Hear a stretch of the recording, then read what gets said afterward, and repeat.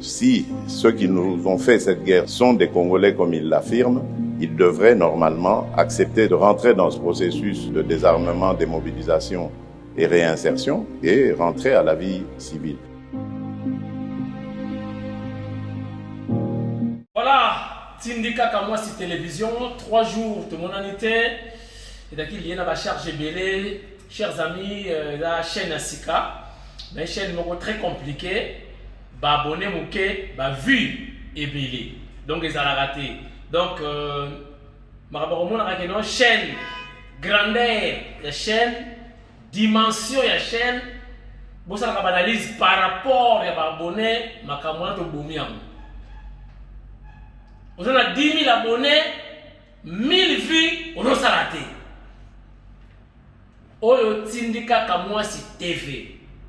Moins de 3000 abonnés, vous avez au-delà de 5 000, 10 000 vues.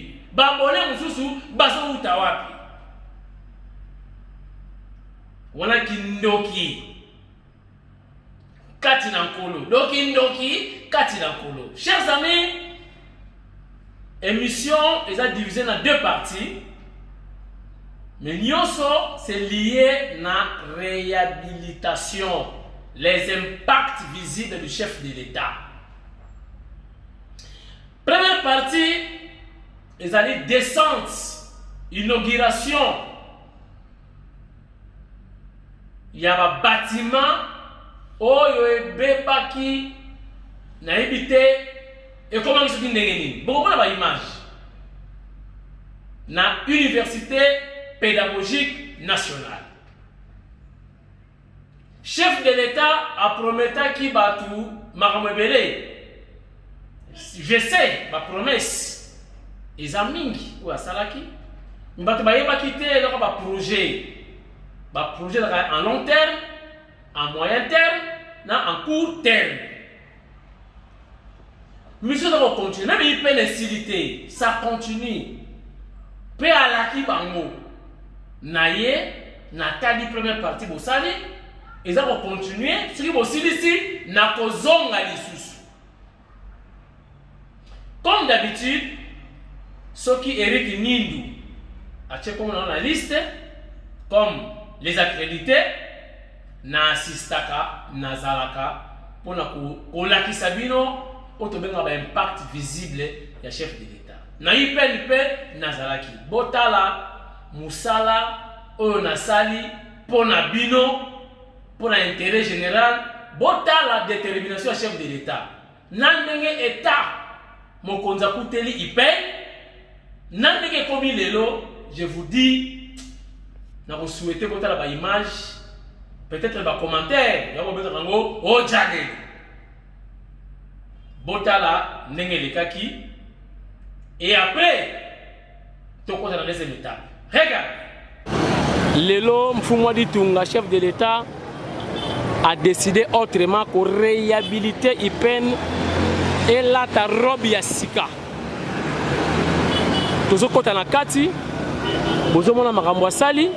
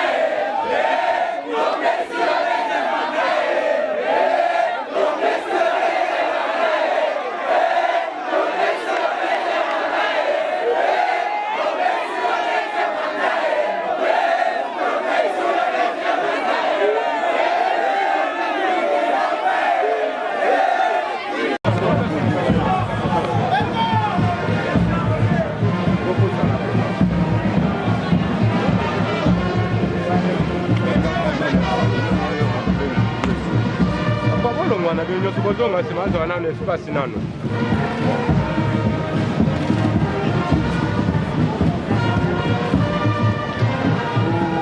Chakiso kwe.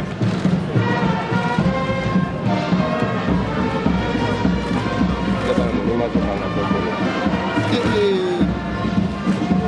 Vamos a ver na.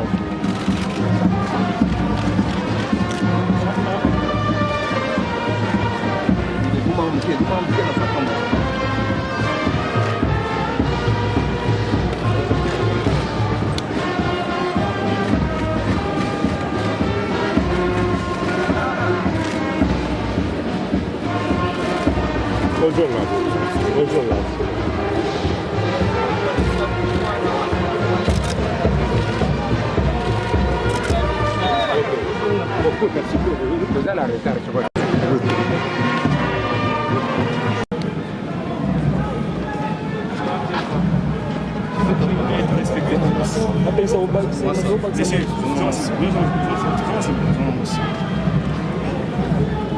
Máxima, monsieur.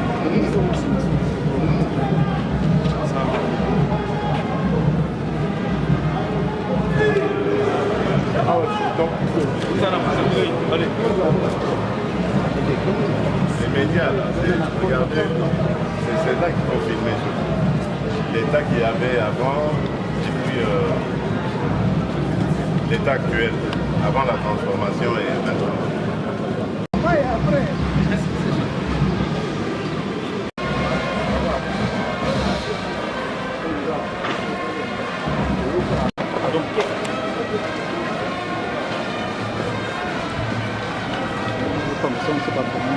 C'est guitare.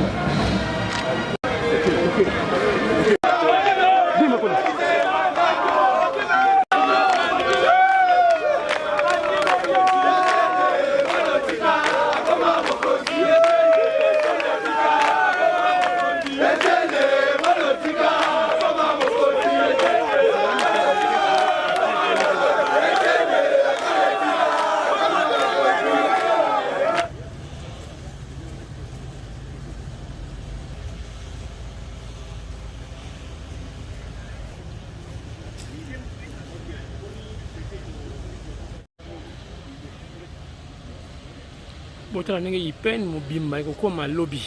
Lobby kaka karaté, le chantier doit continuer. Allemagne oyo mokonzi ya mboka alobaki. Na bato bavanda na Allemagne, botala nano différence eza wapi. Bana Bundes, différence eza wapi. Voilà, chantier eza continuer. C'est un chantier, je vous le dis, c'est gigantesque. Moussala ezali makasi, Moussala ezali munene.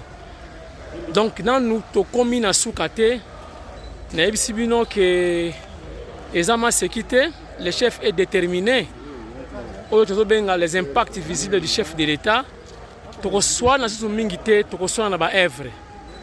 Moko hein?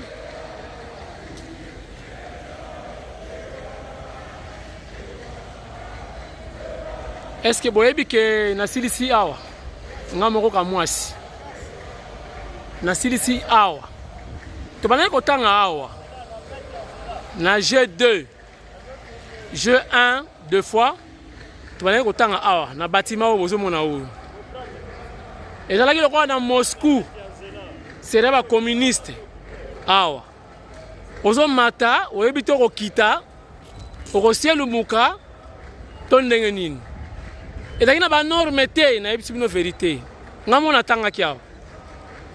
Mais Botala, c'est encore un chantier Botala. Ce que tu reçois dans Bissona Binolanine, les preuves sont là.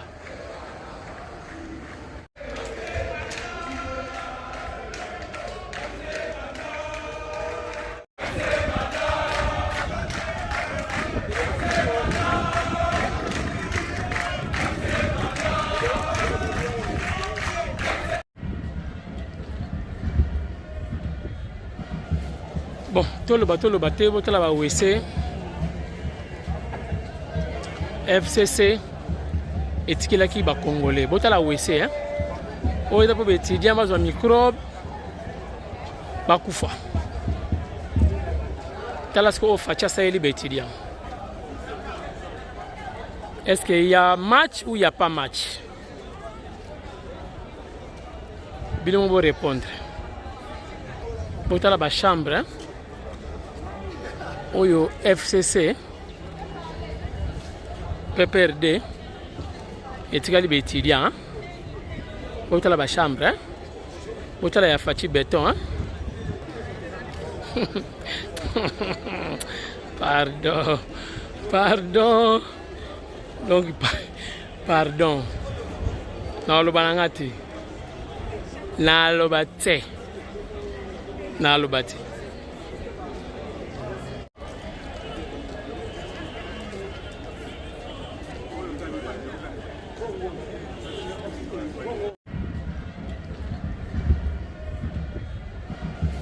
Bon, tout le bateau, tout là-bas, WC, FCC, et ce qu'il a qui va congolais. Bon, là, WC, hein. On est pour étudier, mais un microbe, bakoufa.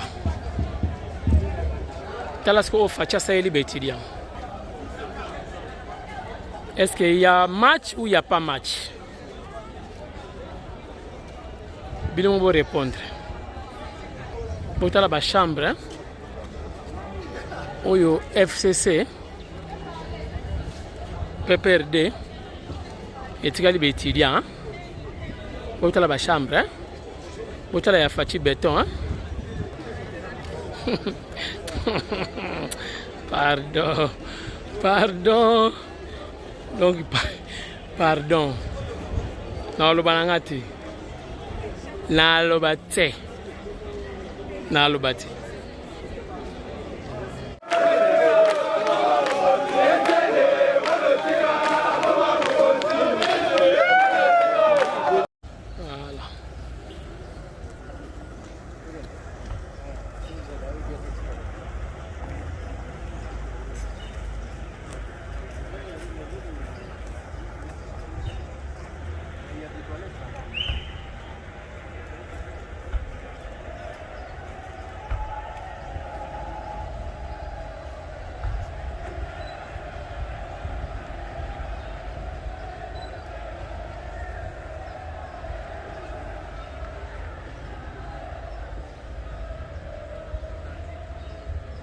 Mokonza kei atikili loba moko bilo boyoki yango te amuna yoki alobi na kei me na kei libela te na kozonga mpona ya koinaugurer lisusu soki bosilisi deuxième partie oyo etikali boyoki ngai inchallah nzambe apesi makasi tokutana lisusu ngai pe meme tokutana lisusu.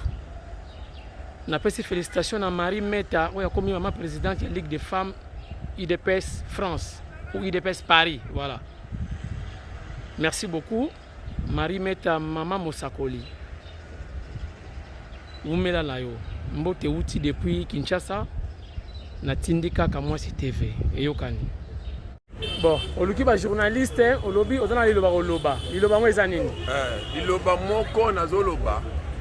Ya liboso ezake motema na ngai evanda na kimia pona nini pona esengo oyo namoni omoni nini natikali koyebela ipene boye te me makambo oyo namoni ya ipene soki mwana azalaki mayele te nakovanda na babatima ya boye akokoma mayele. C'est la première fois na ipene tomona babatima ya boye ezobima na mabele pona uniquement 4 ans ya pouvoir oyo fati asali na ba coalition maintenant soki ye bapesi ye moko c'est-à-dire dans 10 ans RDC comme États-Unis yango wana liloba ya mutuya oyo nazangi nango na motema nalobi nakoko bima te naluka journaliste maintenant journaliste na biso nazosenga yo komisa maloba oyo place oyo elinga ekoma ekende baoyo batangaka te bakota na ipene année prochaine baya kos'inscrire batanga na batima ya kitoko ya Fati Béton bakozwa mayele yebisa bato ayi peine babatela yango DDP maintenance bano ya yi peine bobatela mosala oyo Fouati asaleli bino dans 4 ans bobebisa yango te soki tomoni oyo étudiant oye mpo obebisa babatima ya Fouati beton tokolongola yo tokotinda yo na Kikali na Bikoro na Masangambila okotanga lisusu yango wana lingi naloba boye baétudiant précisément oyo ya IPEN babatela babatima oyo la police ya IPEN soki mwana asakani na babatima oyo bokole ye 0 yango wana nasukisi. Merci monsieur le journaliste mpona kopesanga maloba bokende te na misili te. Chef de l'État aza magicien te ye moko mpe akokoka te mosapi moko esokolaka elongi te.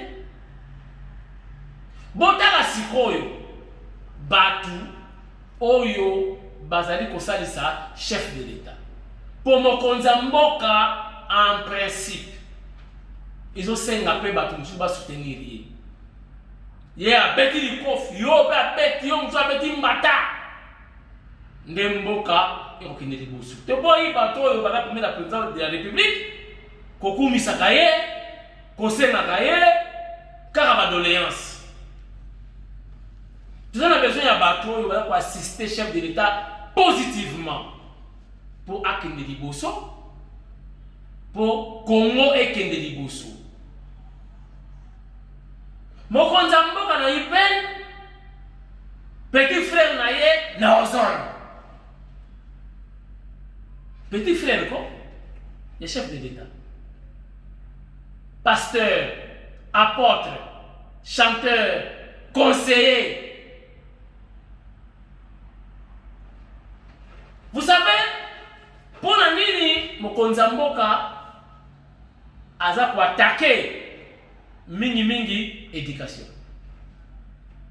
Projet à Barouane, topé AFDEL, ils allaient dire, va détruire éducation, va détruire enseignement. Vous voyez pour la nini? Pour l'objet de ça, on est capable de défendre mboka oyo.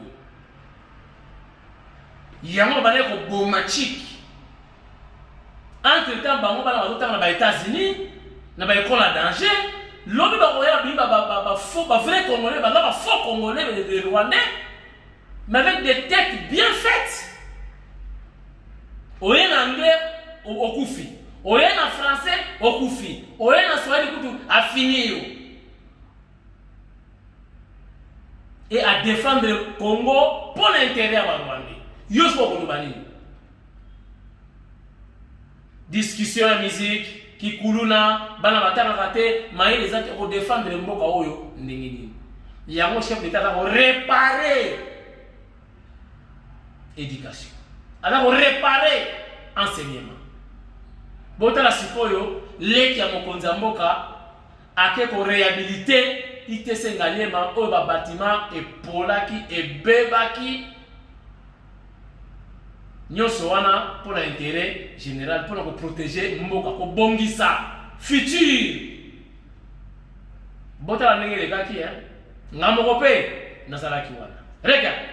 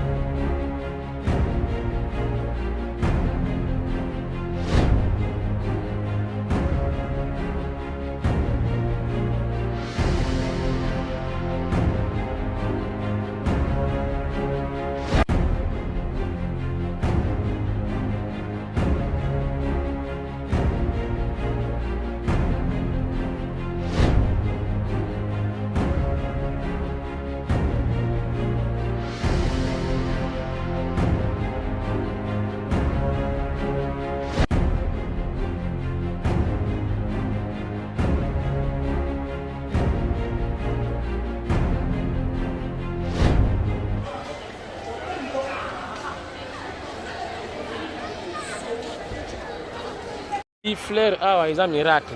Ce qu'elle a existé, les sous-sautés. Depuis la Belge, la fleur est zongue.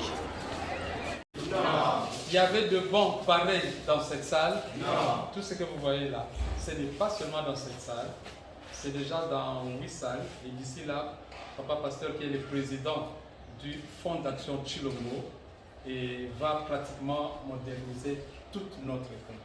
Et comme il a dit, depuis que cette école a été construite, elle n'a jamais été réfectionnée. Et il le fait avec des moyens propres. Tout ça, c'est pour pérenniser, c'est pour faire voir ce que le président de la République est en train de faire pour l'éducation. Comment il s'appelle? Comment nous l'appelons? Le président de la République. Le président de la République. Le président Fatou Béton. Non, ses prénoms et ses noms. Félix Antoine Tshisekedi Tshilombo. Ok, Félix Antoine Tshisekedi Tshilombo. Et affectueusement, comment nous l'appelons? Béton. Fati. Il y a plusieurs bétons. Fati Béton. Ok, on acclame pour le président de la République.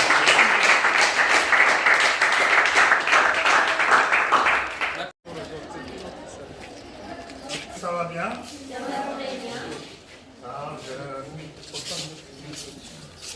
Je suis juste passé quelques minutes pour voir un peu comment ça évolue les travaux de réhabilitation de votre école, de votre institut, Fondation Chilombo, dont je suis le président. Nous avons pensé contribuer à votre éducation, à votre application de l'UTC Ngalema.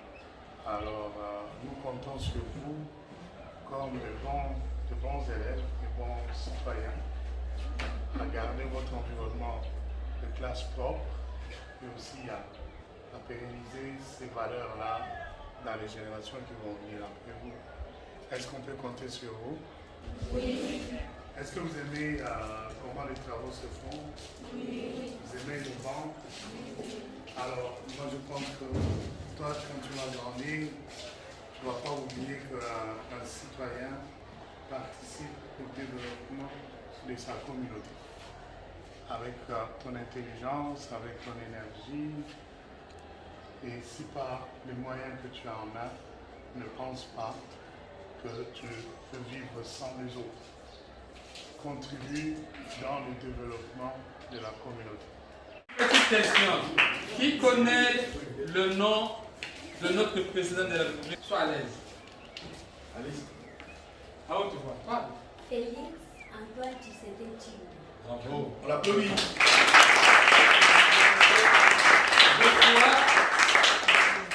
Une autorité, quelqu'un qu'on aime bien, on lui donne un certain nom pour prouver une certaine affection. Affectueusement, comment nous l'appelons? Qui connaît le nom que nous utilisons pour montrer notre affection à notre président? Oui. Fachi tout court. Il y a un autre nom que nous ajoutons pour prouver qu'il est dynamique. Oui, maman. Fachi. Bana ya ITC Ngalema bazali awa na émission yo bana ITC Ngalema bozali beaucoup pesa témoignage tena ba commentaire ndenge école ezalaki na ndenge komi mais na ebisi bino na necessité hein voilà il y a ba chantier au dali Fonds d'action Chilombo ezali mbongo ya apôtre Jacques Kambala Chilombo azali président Côte Saliboko na pochete abandi na ba moyen na ye moko. Donc, Botala déjà a réalisé. Oyo nyonso ezala kité. Epola. Je vous dis que Epola. Mais, avec le peu qu'il a, Botala a réalisé. Nan nous peut faciliter, hein. Eza chantier. Beau critiquer. Merci.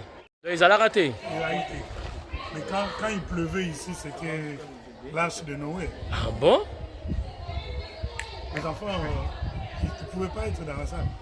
C'est pas vrai. Quand il pleut, c'est catastrophique. Donc nous, on a refait toute la toiture, les plafonds, les murs, même les antivols. Ouais. On prend les antivols. On a refait la peinture à l'intérieur et à l'extérieur. Donc, le plafond, la lumière, le courant électrique à l'intérieur, tout ça, on a tout refait. Et les bancs. Donne-lui ça l'interview. Donc, alors s'il y a interview, on le fait rapidement. On peut le faire. Parce qu'avec votre autorisation, le dernier bâtiment, s'ils peuvent filmer ne serait-ce qu'une partie, comme ça on va voir la différence entre ce bâtiment. Bonjour à vous. C'est vraiment un sentiment patriotique qui nous anime. Quand je regarde l'histoire même de l'UTC Ngalema, ici sont sortis des notables, des gens qui ont été bien formés. Depuis 1948, si je m'abuse, l'UTC a été construit jusqu'à maintenant, avant qu'on intervienne pour la réhabilitation. Aucun travail de réhabilitation n'a été fait. Et l'état dans lequel se retrouvaient les bâtiments, la cour et tout, ça nous a beaucoup touchés. Étant moi-même quelqu'un qui est passé par ici, je suis passé par ici, j'ai passé quelques temps de mes études ici et ma salle de classe était au fond là-bas. Ayant grandi dans le quartier, ayant connu la beauté et la grandeur de cette institution scolaire dans le temps, j'ai senti dans mon cœur la nécessité de nous investir totalement, nous tous qui sommes de la Fondation Chilombo, qui avons comme objectif de mener des actions au nom du chef de l'État qui rentre dans sa vision à lui pour un développement communautaire remarquable. Donc, communauté na biso ya Binza zone bazala pe na fierté ya balobi toza na ekole moko ya kitoko babengaka UTC Ngalema etangisa bato ebele. Ngai moko mpe naza mwana quartier oyo napoli awa natani mpe awa yango nakende esika mosusu. Alors mposa na biso ezali makanisa chef de l'État akokokisa ngo nyonso ye moko te. Esengeli tosimplike mutu na mutu na espace oyo nzambe apesi ye akoka kokola kovivre kodévelopper baactivité na ye aintervenir mpona bolamu ya communauté. Donc biso tointervenir na ITC mpona bolamu ya communauté bongo mokonzi ya mboka mpe amonake aza ye moko te aza visionnaire aza mpe na bapeti na ye oyo basalaka makambo na ye ndenge ye alingela. Merci beaucoup. On va avec du mal pendant la saison de 2018 d'assister au cours. Le projet en soi a 3 phases. La réhabilitation totale. Vous avez vu, nous avons changé complètement la toiture et l'intérieur, nous avons aménagé.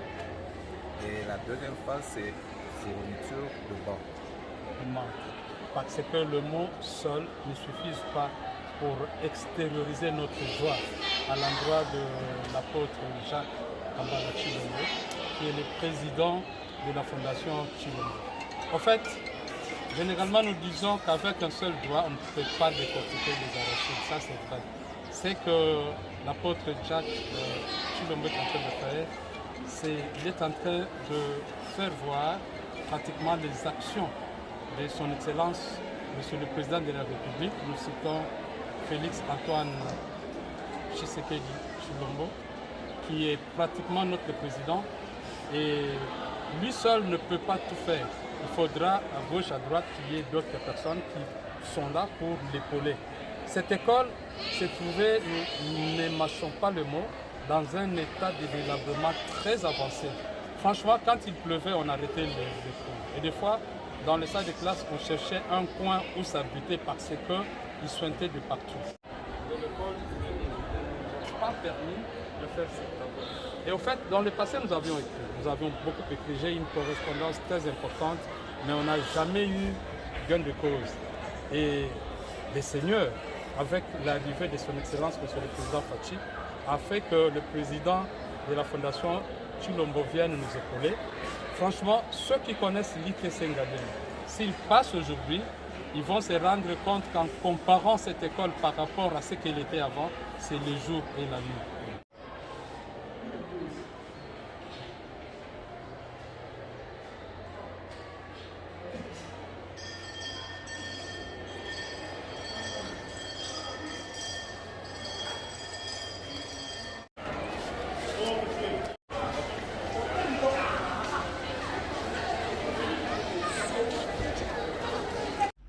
Oyo dans la première partie, il y a l'élo. émission Sili ya Liboso. Maintenant, on a 2 grandes parties pour la journée à Lilo. Donc, beaux appétits, botala, titre comme à 18h. Bogozwa, deuxième vidéo ou deuxième émission. Kunda Tolo Belanine. Boza flash. Cindy Leker, à côté de Moïse Katumbi. Boyoki, Nalobinine. Cindy Leker, à côté et pas à Moïse Katumbi. Flash à Liboso. Yami Balé, PPRD comme un hôpital.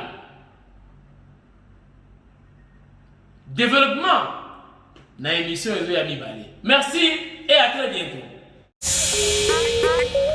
Allo la team, baby, atoza chez Agnès Business. Balobi atote karabilo kwa qualité ni par ailleurs. Toujours chez nous Agnès Business nde makambo. Babi awa toza na cotille, toza na makayabu, toza na viande, toza na makoso, toza na poisson, toza na huile, toza na semoule, toza na loso do nyonso oyo koluka awa ezali na prix ya se. Agnès Business, en tout cas, la prix na biso est vraiment abordable. Toza na biloko ya bien, presque l'article nyonso ozoluka. Au ya froid, makoso, mbisi, sternum. Donc en tout cas toteka na prix ya malamu. Venez nombreux à tout ça ta réduction. Donc on sommes ba carton et belé to c'est l'eau réduction et après. Nous avons tout justement en avenue Lumumba numéro 6168 derrière il y a aéroport et Ndolo. Makata lopango na ba chinois ba teka ba vitre ba benga ngo wai. So outil triangle ozokende vers côté ba boaka ba bloco na Ndolo. Venez nombreux, tu vas juste en limiter awa. Donc awa nde balobi makambutu ok. En tout cas, ce que vous allez décider, vous allez bien servi. Bon pata awa nde chez Agnès Business toujours tokos.